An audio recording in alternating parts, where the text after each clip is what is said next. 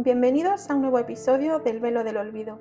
Yo soy Teresa de la Rosa y juntos desenterraremos historias olvidadas de lugares que en otro tiempo estuvieron llenos de vida. Recorreremos oscuros pasillos de mansiones encantadas y nos sumergiremos en relatos del otro lado. ¿Queréis cruzar el velo conmigo?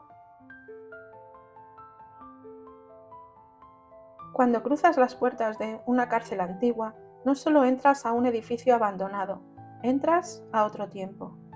Sus paredes no solo contuvieron en algún momento la crueldad y la maldad, sino que cuando, a base de castigos y violencia, desaparecía todo resto de humanidad, lo que quedaba, en algunos casos, era la propia esencia maligna de la persona. Estos lugares fueron diseñados para encerrar cuerpos, pero también para aislar sus almas, sobre todo en el caso de la Penitenciaría Estatal del Este de Pensilvania, de la que hablaremos hoy, cuya base era el aislamiento total del preso, lo que le obligaba a descender a los rincones más oscuros de sus pensamientos y, en el mejor de los casos, redimir sus pecados. Pero no todos descubrían una mejor versión de sí mismos cuando se encontraban con su propia sombra. Era entonces cuando los remordimientos los acababan volviendo locos. La desesperación, los gritos y toda esa energía oscura continúa entre las rejas de la vieja cárcel, como los rastros de las personas que nunca lograron abandonar el lugar.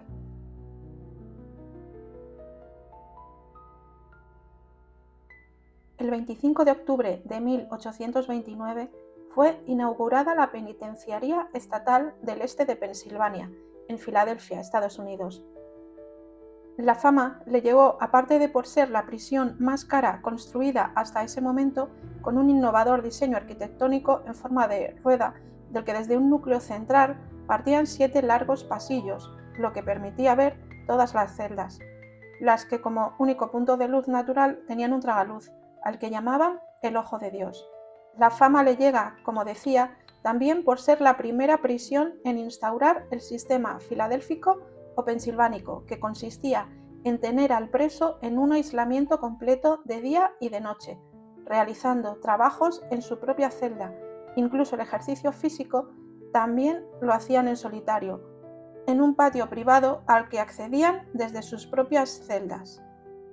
Parte de este proyecto innovador de aislamiento era también que si los presos salían de sus celdas, se les cubría la cabeza con una capucha negra para que otros presos no pudieran reconocerlos.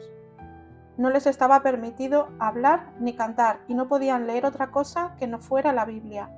Y si desobedecían, se les encerraba en un agujero oscuro por días. Se les echaba también cubos de agua helada o se les ataba a una silla en la que podían permanecer días inmovilizados.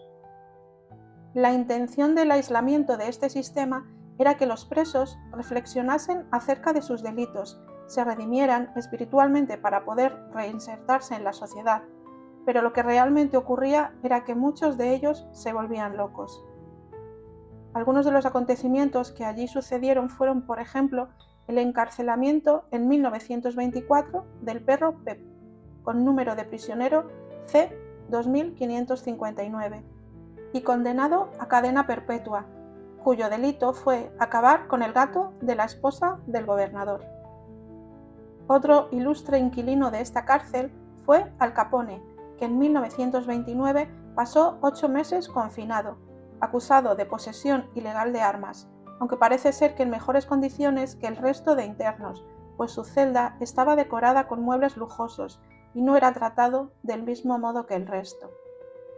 A lo largo de los años fueron más de 100 los intentos de fuga, pero fue Willie Sutton, famoso ladrón de bancos de la época que también estaba recluido, protagonizó la fuga más famosa del centro penitenciario, cuando el 3 de abril de 1945 y a través de un túnel de 30 metros cavados por debajo del muro de la prisión, intentó escapar junto con otros 11 presos. Durante un año estuvieron cavando el túnel. Tenía soportes de madera, ventilación e incluso iluminación eléctrica improvisada. A todo esto ayudó Fred Reese, uno de los presos que tenía conocimientos de construcción. Todos fueron capturados rápidamente, algunos incluso ese mismo día. Aunque ya había empezado a desmoronarse antes, este sistema de aislamiento acabó en 1913, cuando con el paso del tiempo comprobaron que el aislamiento no solo no rehabilitaba a los presos, sino que les provocaba serios daños psicológicos, mostrando signos de locura, depresión profunda y desesperación. A medida que el número de reclusos crecía, se hizo imposible mantener el aislamiento estricto.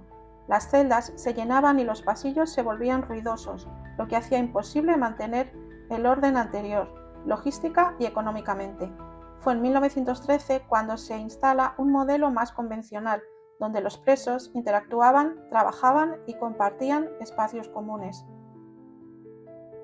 En 1971, la penitenciaría cerró sus puertas definitivamente.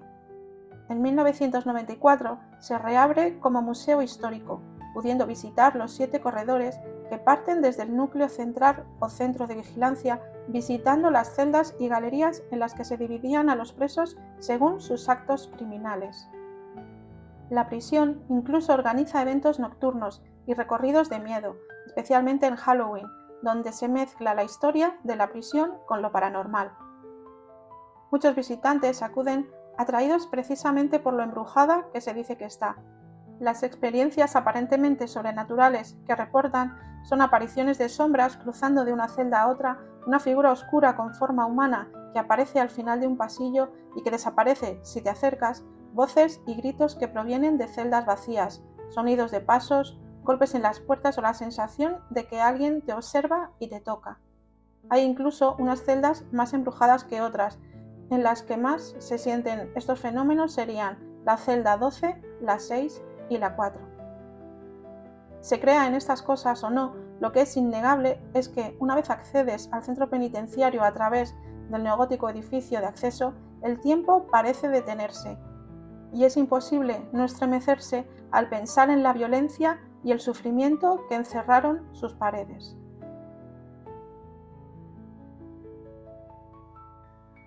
Y ahora es el momento de adentrarnos en las historias de medianoche. Ponte cómodo, apaga la luz y piensa que a veces las cosas no son lo que parecen. El relato del episodio de hoy se titula Penitencia. No quiero que me metan otra vez en el agujero. No aguanto esa oscuridad. La humedad cala mis huesos, el frío y las voces, sobre todo las voces. Los gritos desgarradores que salen de las profundidades del agujero. Si vuelvo a entrar allí, me volveré loco. Hay quien dice que ya lo estoy. Van a traer al cura, al padre Monroe, para que rece con él. Temo ese momento. La puerta de mi celda se abre. El religioso entra y me sonríe. Puedo ver el mal a través de sus ojos. Lo conozco bien. Él me dice lo que tengo que hacer. He visto esos mismos ojos en otra gente, fuera de aquí. Lo que no entiendo es cómo ha podido encontrarme. Pensé que aquí estaría a salvo. Sabe cosas que nunca he contado a nadie, cosas que mi padre me hacía hasta que acabé con él. Sabe dónde enterré mis trofeos, de otros padres, como el mío. Oigo su voz en mi cabeza que me recuerda que siempre ha estado conmigo, que escuchaba mis gritos cuando era niño y que fue él el único que acudió en mi ayuda. Sin que una sola palabra haya salido de su boca, sale de la celda en completo silencio. Parece que su larga sotana flotara sobre el suelo. Al momento un guardia abre la reja y deja pasar a otro cura. Le digo que el padre Monroe acaba de irse y me mira confirmando lo que ya todos saben aquí, que estoy loco, porque el padre Monroe dice falleció hace 2 semanas. Y con esta historia cerramos el velo por el día de hoy. Muchas gracias por cruzarlo conmigo y que tengáis una semana encantada.